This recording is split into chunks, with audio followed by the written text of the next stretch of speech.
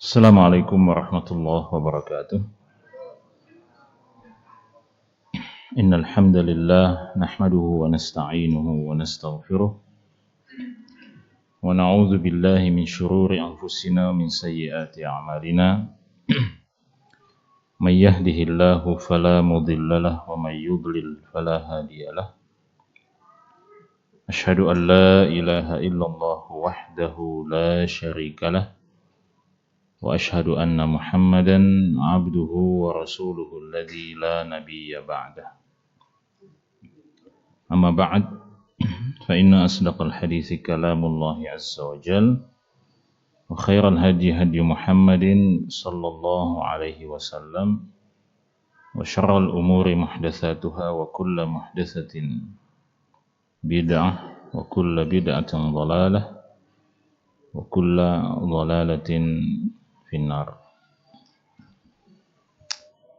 Jemaah salat maghrib yang dimuliakan oleh Allah Subhanahu wa ta'ala, alhamdulillah pada malam hari ini kita bersyukur pada Allah Subhanahu wa ta'ala atas limpahan nikmat dan karunia yang diberikan kepada kita semua, nikmat iman dan Islam yang selalu kita syukuri, karena Allah Subhanahu wa ta'ala mengaruniakan nikmat iman dan Islam pada kita tanpa pernah secara khusus kita memintanya kepada Allah Subhanahu wa ta'ala.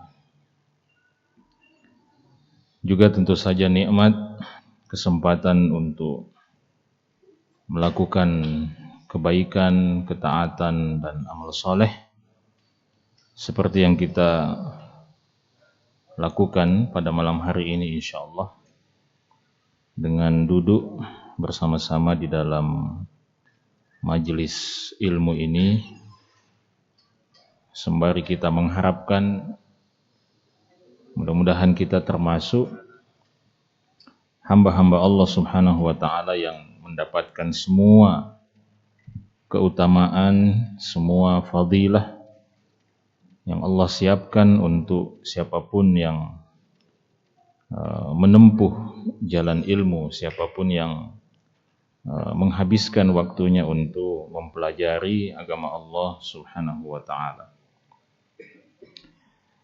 Jemaah yang dimuliakan oleh Allah Subhanahu wa ta'ala, insyaallah malam hari ini kita akan kembali melanjutkan kajian fiqih kita,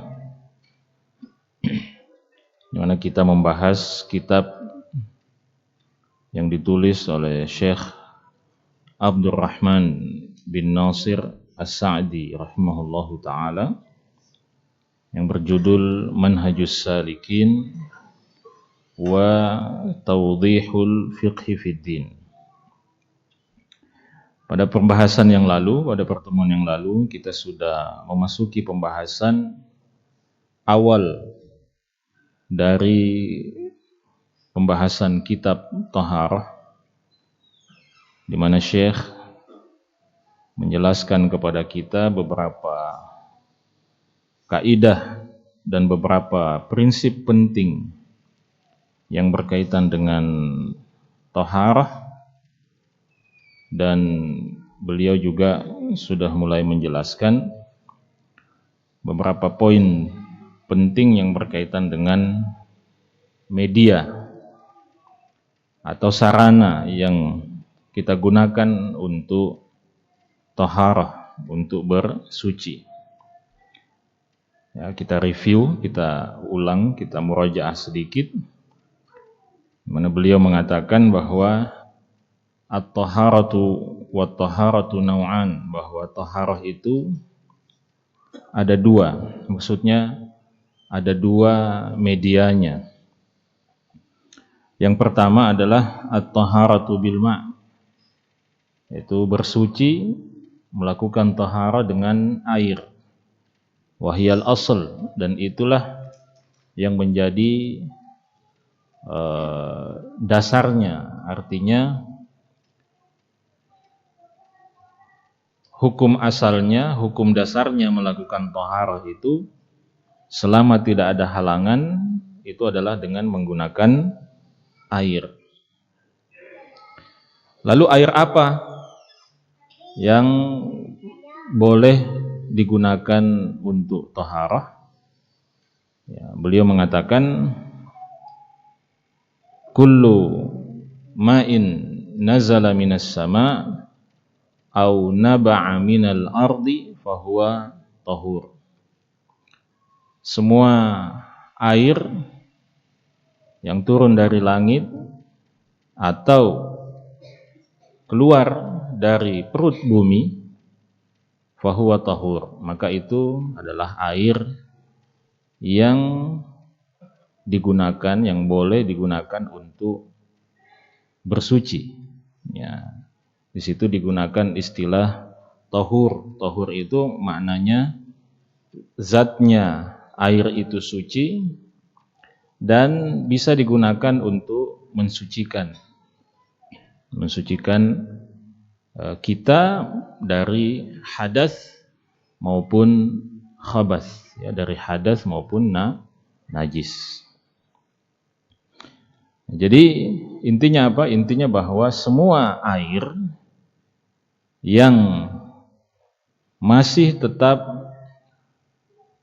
disebut sebagai air, masih layak untuk disebut sebagai air, maka berarti air itu boleh digunakan untuk bersuci meskipun mungkin terjadi perubahan pada warnanya, pada baunya, pada rasanya. Dia mengalami sedikit perubahan, mungkin ada hewan, ya, yang jatuh ke dalam air itu, atau ada lumut, ya. Maka selama air itu tetap disebut sebagai air, namanya belum berubah, maka berarti dia adalah air yang boleh digunakan untuk bersuci. Nah, jadi di situ kaedahnya beliau katakan bahwa air itu tahur, suci dan mensucikan, yutahhiru minal ahdas, dia mensucikan dari hadas, wal akhbas, dan khabas. Ya. Apa perbedaannya hadas dengan khabas?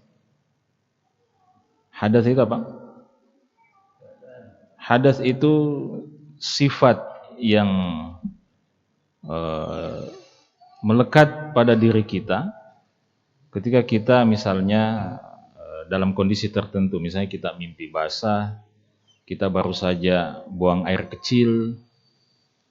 Jadi meskipun kita sesudah buang air kecil itu misalnya sudah bersuci, sudah membersihkan tempat keluarnya air kecil itu, tapi kita selama kita belum berwudu, maka kita disebut sebagai orang yang berhadas.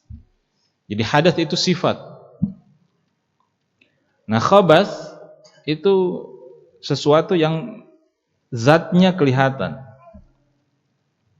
Kotoran manusia itu namanya khabas. Ya, jadi dia zatnya kelihatan. Jadi itu bedanya antara hadas dan khabas. Nah, air yang masuk kategori tahur ini, suci dan mensucikan, dia bisa membersihkan, mensucikan kita dari hadas maupun khabas. Nah, kata Syekh di sini, walau taghayyara, meskipun berubah, ta'muhu, rasanya, au launuhu, atau warnanya, au rihuhu, atau baunya, bisyai'in tahir, dengan sesuatu yang suci. Jadi sesuatu yang suci. Dengan catatan itu tadi,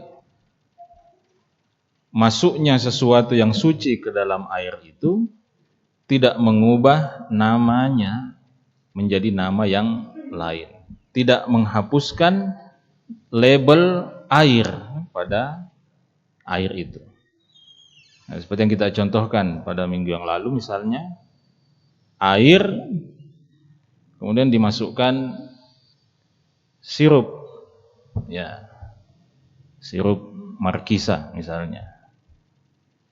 Nah, itu sudah bukan air namanya, tetapi namanya apa? Sirup markisa.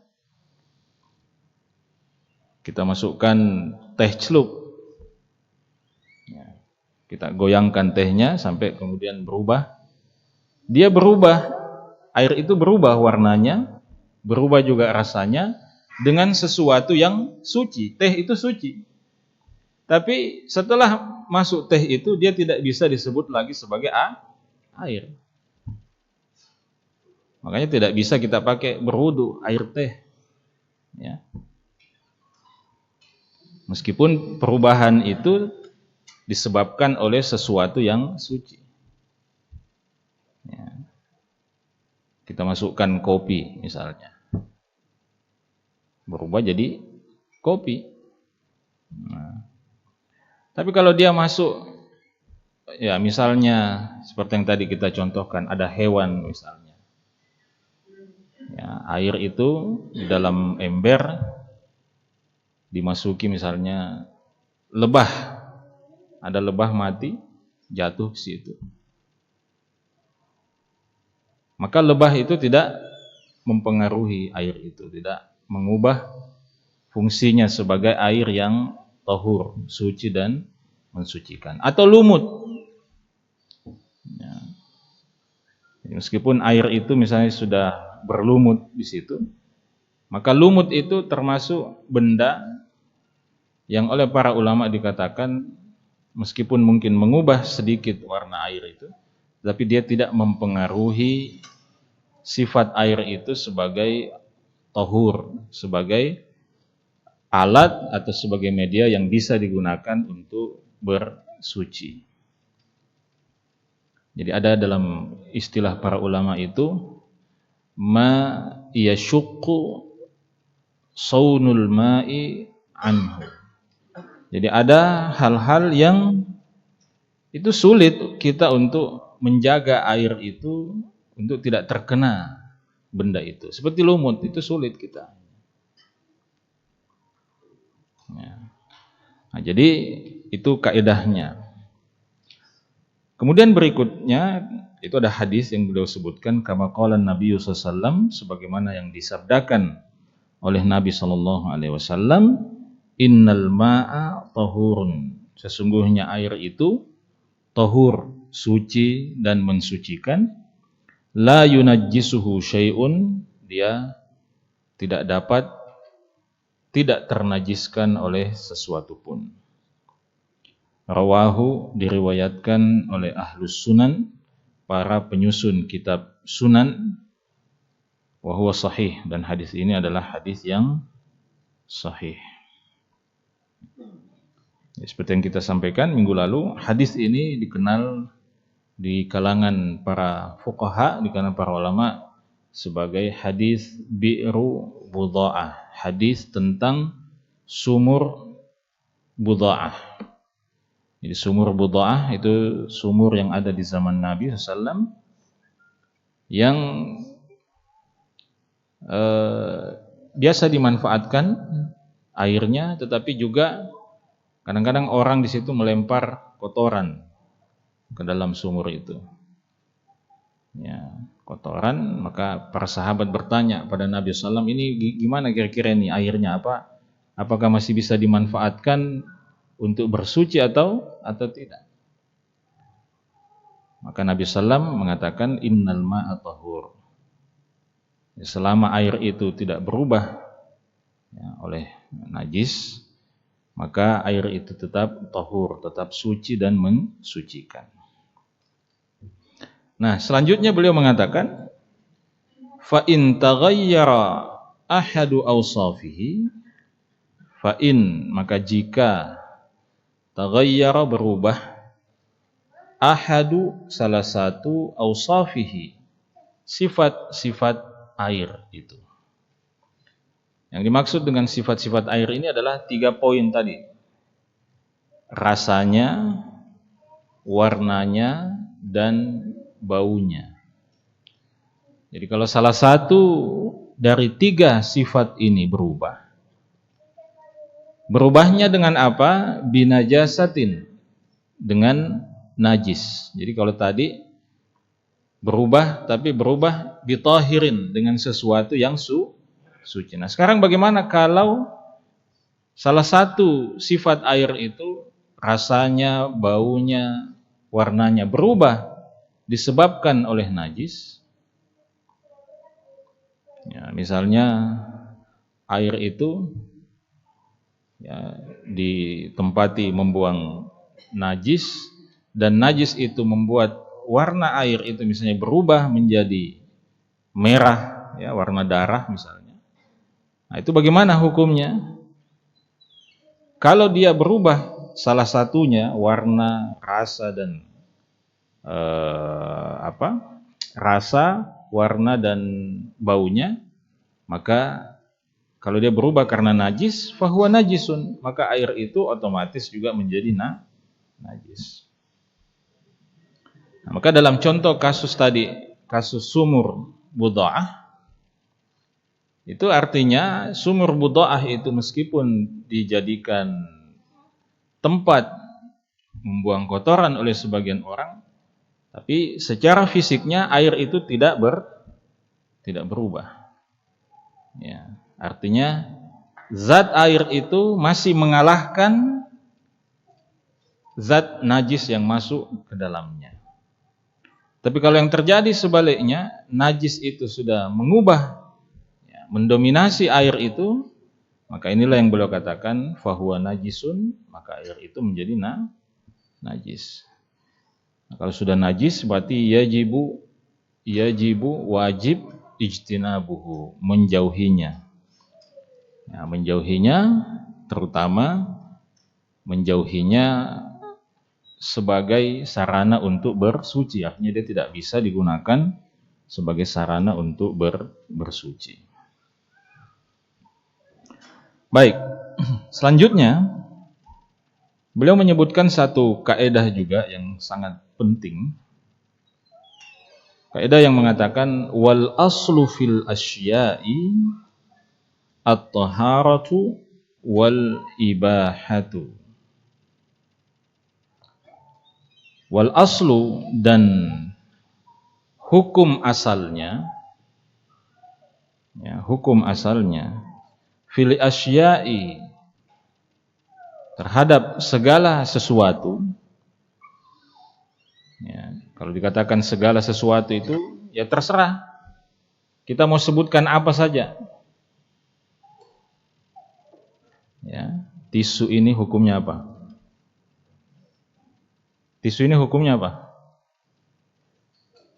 Hah? Dia sesuatu atau bukan? Sesuatu. Maka dia berarti masuk dalam kaidah ini. Ini nampan ini hukumnya apa? Najis atau tidak ini? Ya. Dia masuk pada sesuatu di sini. Fal aslu fil asya'i, hukum asal segala sesuatu itu pertama at-taharah, suci. Wal ibahah, dan yang kedua dia mubah, boleh digunakan, boleh dikonsumsi, boleh dimanfaatkan. Ya. Jadi itu hukum asalnya. Ya, apa maksudnya hukum asalnya? Maksudnya hukum asalnya itu adalah selama kita belum menemukan dalil khusus yang secara spesifik, secara khusus menegaskan hukum sesuatu itu, apakah dia halal atau haram misalnya. Jadi sebutkan saja apa yang masuk kategori sesuatu itu, maka dia masuk dalam kaidah ini. Seperti tadi contoh yang saya sebutkan. Hukumnya tisu ini apa? Hukum asalnya dia suci. Artinya kalau saya pegang, dia tidak menyebabkan saya jadi terkena najis. Ya. Dan yang kedua, halal atau haram penggunaannya. Hukum asalnya dia halal. Hukum menggunakan kota ini ya, halal atau haram? Hukum asalnya halal. Tadi nampan ini hukum asalnya apa? Halal. Taplak meja ini hukum asalnya dia suci dan mubah. Sampai kita punya dalil, sampai kita punya bukti, sampai kita punya argumentasi yang mengeluarkan benda-benda itu, sesuatu itu dari hukum asalnya. Ya. Misalnya, hukum mic, menggunakan mic ini boleh enggak saya pakai sekarang ini mengisi pengajian? Hukum asalnya boleh. Ya. Sampai misalnya kita punya bukti dalil bahwa ternyata ini mic curian. Ya, berarti tidak boleh dipakai. Itu namanya ghasab. Ya. Ya, ini hukum asalnya air ini. Boleh tidak saya minum? Hukum asalnya boleh. Sampai kita punya bukti, sampai kita punya dalil, punya argumentasi bahwa ternyata air ini dibuat dari saripati daging babi misalnya. Ya. Tapi sampai itu ada, maka kita boleh mengkonsumsi. Karena hukum asalnya segala sesuatu itu apa? At-taharatu, suci, wal ibahatu, dan mubah, boleh dimanfaatkan. Para ulama mengatakan dalilnya itu dalam surah Al-Baqarah, firman Allah Subhanahu wa taala yang mengatakan huwallazi khalaqa lakum ma fil ardi jami'a. Huwallazi, dialah Allah Subhanahu wa taala yang khalaqa, telah menciptakan, lakum, untuk kalian, ma fil ardi jami'an, segala sesuatu yang ada di muka bumi ini. Jadi ketika Allah Subhanahu wa taala mengatakan bahwa Dia menciptakan lakum, untuk kalian, itu artinya semua yang ada di muka bumi ini hukum asalnya boleh untuk kalian manfaatkan. Boleh kalian manfaatkan. Hukum asalnya begitu. Termasuk babi. Boleh tidak dimakan babi itu? Hukum asalnya dia boleh. Tapi karena ada dalil khusus tentang babi itu, bahwa dia haram, maka babi itu keluar, ya, dikecualikan dari hukum asal ini tadi. Nah, jadi ini maksudnya kaidah ini. Maka itu sebabnya kaidah ini sangat penting ya, untuk kita pahami. Nah, kaidah ini adalah merupakan salah satu kaidah cabang dari sebuah kaidah besar di dalam hukum Islam, kaidah yang berbunyi al-yaqinu la yazulu bisyak. Sesuatu yang meyakinkan, ya, itu tidak boleh dihapuskan, tidak boleh dihilangkan bisyak, dengan satu keraguan. Artinya sesuatu yang ditetapkan secara meyakinkan itu tidak boleh kemudian dihapuskan hanya karena ada keraguan. Ini disebut dalam kajian fikih sebagai qawaid kubra, ya. Kaidah, salah satu kaidah mayor atau kaidah besar. Ya, ada 5 qawaid kubra itu, salah satunya adalah ini al-yaqinu la yazulu, atau sebagian ulama mengatakan la yuzalu bisyak. Sesuatu yang ditetapkan secara meyakinkan itu tidak boleh digeser, tidak boleh diganti, tidak boleh dihapuskan dengan adanya satu keraguan. Ya, misalnya kita tahu bahwa si A itu muslim. Ya, kita tahu selama ini dia adalah seorang apa? Muslim. Kemudian beredar gosip, rumor, katanya dia pindah agama. Nah, sekarang bagaimana sikap kita? Apa yang harus kita yakini tentang si A itu? Apakah dia masih muslim atau sudah murtad? Masih muslim. Karena apa? Itu yang kita tahu secara meyakinkan. Apalagi kita pernah sama-sama sholat berjamaah. Ya, apalagi mungkin kebetulan kita yang menguruskan KTP-nya di situ agama Islam. Jadi keyakinan kita akan keislaman si A ini tidak boleh dihapus begitu saja hanya karena adanya gosip, ya, rumor yang mengatakan bahwa kayaknya dia sudah murtad. Ini tidak bisa. Ya. Nah, contoh yang lain, misalnya kita tahu bahwa si A itu sudah menikah. Dan kita hadir dalam pernikahannya, ya, bahkan mungkin kita jadi saksi. Kemudian beredar rumor dia sudah bercerai misalnya. Nah, ini rumor bahwa dia bercerai itu syak, sesuatu yang meragukan. Dan itu tidak cukup menjadi alasan untuk menghapuskan label bahwa dia sudah menikah. Sampai kita punya bukti yang meyakinkan bahwa memang dia betul-betul sudah berpisah. Nah, itu contoh penerapannya.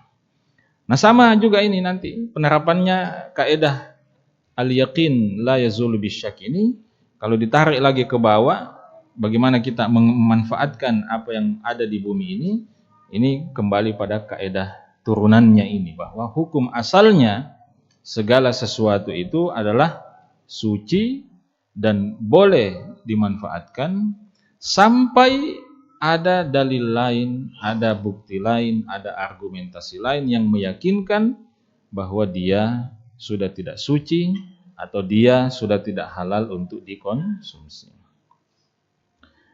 Nah, bagaimana penerapannya? Kita lihat. Beliau mengatakan, fa'idha, maka apabila syakka, ragu, al-muslimu, seorang muslim, fi najasati ma'in, tentang najisnya air, au thawbin, atau pakaian, au buq'atin, atau tempat, ya, satu tempat, au ghairiha, atau yang lainnya. Jadi misalnya ada air, ya, di rumah kita misalnya, 5 jam yang lalu kita baru saja menampung air di ember. Dan kita pastikan bahwa air yang kita tampung di ember itu tidak terkena najis. Kemudian setelah kita tampung air itu di ember, kita keluar. Misalnya mahasiswa pergi kuliah, atau yang kerja kantoran pergi ke kantor. Sore hari pulang kembali ke rumah, ya, kita mau gunakan air itu. Boleh atau tidak? Hah? Jangan-jangan ada najisnya? Hah? Jangan-jangan sewaktu kita pergi ada najis yang, ya, ada kucing nongkrong di situ kemudian, ya, buang air? Gimana? Bagaimana sikap kita? Apa kita buang saja karena kita isi lagi yang baru? Kita tetap memanfaatkan itu. Kenapa? Karena hukum asalnya tadi sewaktu kita tinggalkan, kita yakin dia dalam keadaan suci, tidak najis. Adapun pertanyaan bahwa siapa tahu tadi ada kucing atau ada apapun najis yang jatuh ke situ, itu namanya sesuatu yang keluar dari hukum asal itu, syak, sesuatu yang meragukan. Maka sampai ada bukti yang membenarkan keraguan itu, yang menguatkan keyakinan itu, maka kita berpegang pada hukum asalnya bahwa air itu tetap suci. Nah, contoh yang lain, di sini beliau menyebutkan ausaubin atau pakaian. Ya, itu pakaian misalnya. Kita tahu misalnya pakaian ini yang kita pakai ini, kita tahu betul bahwa kita baru saja cuci, kemudian kita jemur, setelah itu kita setrika, kita gantung di rumah misalnya. Kemudian kita pergi ke kantor, pulang ke rumah, ya kita mau pakai pakaian itu, mau ganti pakaian, kemudian muncul keraguan. Yang sampai anak saya tadi ya pegang-pegang kotorannya di lantai, kemudian dia pergi juga usap-usap baju saya. Nah, itu bagaimana hukumnya pakai pakaian itu misalnya? Hukumnya kita tetap berpegang pada hukum asalnya, ya, yaitu bahwa baju itu, pakaian itu dalam keadaan suci. Sampai kita punya bukti yang meyakinkan bahwa dia terkena najis. Misalnya, terkena najis itu indikasinya misalnya ya ada warna kotoran manusia di situ. Ya, tiba-tiba kita rogoh kantongnya, kenapa ini ada yang hangat-hangat? Ya. Ya, hangat-hangat dan lembek-lembek ini. Tapi baunya agak aneh. Ternyata ya anak kita tadi ya main-main, ya biasa anak kecil tidak mengerti, kemudian menyimpan kotoran di situ. Itu jelas bukti yang mengeluarkan pakaian kita itu dari hukum asalnya sebagai sesuatu yang suci. Au buqatin, atau tempat. Ya, buqah itu artinya tempat bagian dari bumi ini. Misalnya kita mau sholat, ya, ada masjid, ya kita lewati dalam perjalanan kita, ya masjid itu kelihatannya masjid yang tua, ya tidak pernah terurus. Kita masuk ke dalam masjid untuk sholat. Nah, hukum asalnya bagaimana? Boleh enggak sholat di situ? Nah, bagaimana kalau muncul pertanyaan, jangan sampai ini tempat ya tidurnya ya binatang-binatang, kalau malam di situ dia pipis, ya buang air segala macam. Itu syak. Ya, itu keraguan. Jadi kita berpegang pada hukum asalnya bahwa dia boleh digunakan. Au ghairiha, atau yang lainnya. Ya, makanan, minuman, ya itu masuk dalam kaidah ini.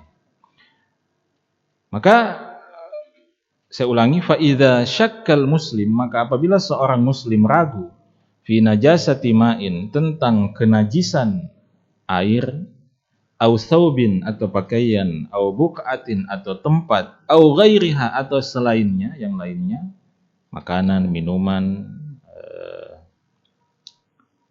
apalagi tempat duduk, ya, kopiah, apapun lah itu, maka fahuwa tahir, hukum asalnya yang harus kita pegangi bahwa semua benda-benda itu tahir, suci. Ya. Atau tayaqqana tahara wa syakka fil hadas. Ini kasus lain. Atau misalnya dia tayaqqana, dia yakin berada dalam kondisi tahara, dalam kondisi suci.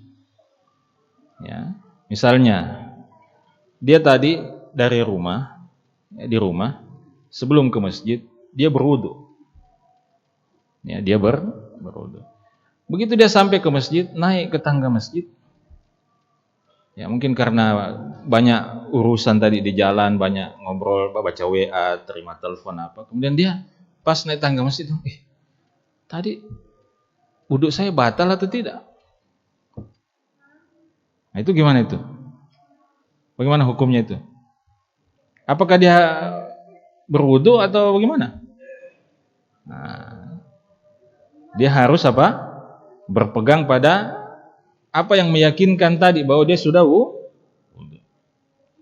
Jadi dia tidak usah mengikuti keraguan itu bahwa jangan-jangan tadi saya buang angin pas lagi jalan, tidak usah. Ya. Jadi dia misalnya tayaqqana fit taharah, dia yakin bahwa dia sudah berwudu, wa syakka fil hadas. Kemudian dia ragu apakah dia mengalami hadas atau tidak. Maka hukumnya apa? Fahuwa tahir, maka hukumnya dia tetap berada dalam kondisi taharah. Jadi jangan mengikuti bisikan keraguan itu. Yang penting memang kita yakin sebelumnya bahwa tadi kita sudah berwudu. Ya. Berbeda kalau kasusnya sebaliknya. Dia yakin betul tadi bahwa waktu ke masjid dia belum berwudu. Ya, dia baru saja buang air besar. Ya, kemudian karena buru-buru tidak sempat berwudu di rumah. Ya, kemudian begitu mau masuk pintu masjid, dia ragu. Tadi saya sudah berwudu atau belum? Bagaimana hukumnya itu? Apakah dia bilang, kayaknya saya sudah wudu? Hah? Nah, yang meyakinkan dalam kondisi ini adalah bahwa dia belum berwudu, karena tadi kan baru buang air besar kemudian ke masjid. Jadi yang harus dia ikuti bukan perasaan bahwa dia sudah berwudu, bukan. Tapi yang harus dia ikuti adalah kondisi yang meyakinkan tadi itu bahwa dia belum berwudu. Jadi dia harus berwudu dulu. Nah, jadi itu maknanya. Apa dalilnya? Liqaulihi, berdasarkan sabda beliau sallallahu alaihi wasallam, fir rajuli, tentang seseorang yang yukhayyalu ilaihi. Yukhayyalu ilaihi itu maksudnya terkhayalkan dalam pikirannya. Dia terfikir dalam pikirannya annahu, bahwasanya dia yajidu syai', merasakan sesuatu fi sholati, di dalam salatnya. Jadi ada orang sedang salat, tiba-tiba dia merasakan sebuah gejolak. Ya, gejolak ya di dalam perutnya yang membuat dia ragu. Apakah sholat saya batal atau tidak ini? Wudhu saya batal atau tidak? Karena bergemuruh ini ya dalam perutnya. Nah, maka orang ini diberi petunjuk oleh Nabi SAW. Bagaimana petunjuknya? La yansarif. Ya, hendaknya dia jangan meninggalkan sholatnya, jangan membatalkan sholatnya, hatta yasma'a sautan, sampai dia mendengarkan suara, bunyi. Maksudnya bunyi angin yang keluar, atau yajida rihan, atau dia mencium bau. Ya kan kalau kita sholat, kadang-kadang ada perasaan begitu. Ini saya buang angin atau tidak? Nah, kondisi asalnya dia apa? Hukum asalnya dia apa? Kondisi asalnya dia dalam keadaan suci. Ya, karena tidak mungkin dia sholat kalau dia tidak dalam keadaan suci. Nah sekarang tiba-tiba dia mengalami satu peristiwa yang membuat dia ragu terhadap kesuciannya. Wah, ini kesucian ini seperti ya. Dia ragu terhadap kondisi sucinya. Apakah sudah batal atau belum? Kenapa ragu? Karena ada bunyi, ya, ada gejolak, ya, ada pergerakan ya di dalam perutnya sehingga dia ragu. Maka Nabi petunjuknya bagaimana? Jangan batalkan sholat, jangan bergerak. Yang sharif itu artinya bergerak meninggalkan. Ya.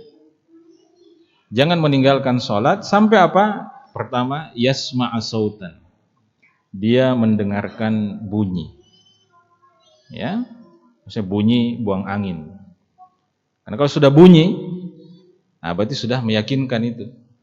Jadi bunyi yang keluar itu adalah bukti yang meyakinkan bahwa sudah batal wudunya. Bukan lagi meragukan. Kecuali kalau antum ragu ini bunyi dari saya atau dari orang di samping. Tapi bisa enggak orang begitu? Enggak kan? Ya, saya kira enggak pernah ada kejadian begitu. Orang buang angin terus dia ragu, saya atau sampingku ini? Ya. Ya. Jadi itu yang pertama, dia dengarkan bunyi. Atau kalau bunyi tidak terdengar, au yajidarihan, dia mencium baunya, dia mendapatkan baunya tercium. Nah, kecuali kalau dia ragu, bilang ini sepertinya bukan punya saya ini. Ya. Ya. Jadi kalau sudah ada salah satunya ini, suara atau bau, maka itu sudah menjadi bukti yang meyakinkan bahwa toharoh atau wudhu kita sudah batal, berarti ya harus keluar dari sholat untuk memperbaharui wudhu kembali. Nah, jadi dalil atau hadis ini menjadi dalil, salah satu dalil terhadap kaidah yang tadi saya sebutkan, bahwa al-yaqin la yazulu bisyak, bahwa sesuatu yang meyakinkan itu tidak boleh digeser, tidak boleh dihapus, kecuali tidak boleh dihapus hanya karena adanya satu keraguan. Nah, ini menjadi obat, ya, pemahaman yang benar terhadap kaidah ini menjadi obat, menjadi terapi terhadap penyakit yang dikenal dalam istilah para ulama penyakit was-was.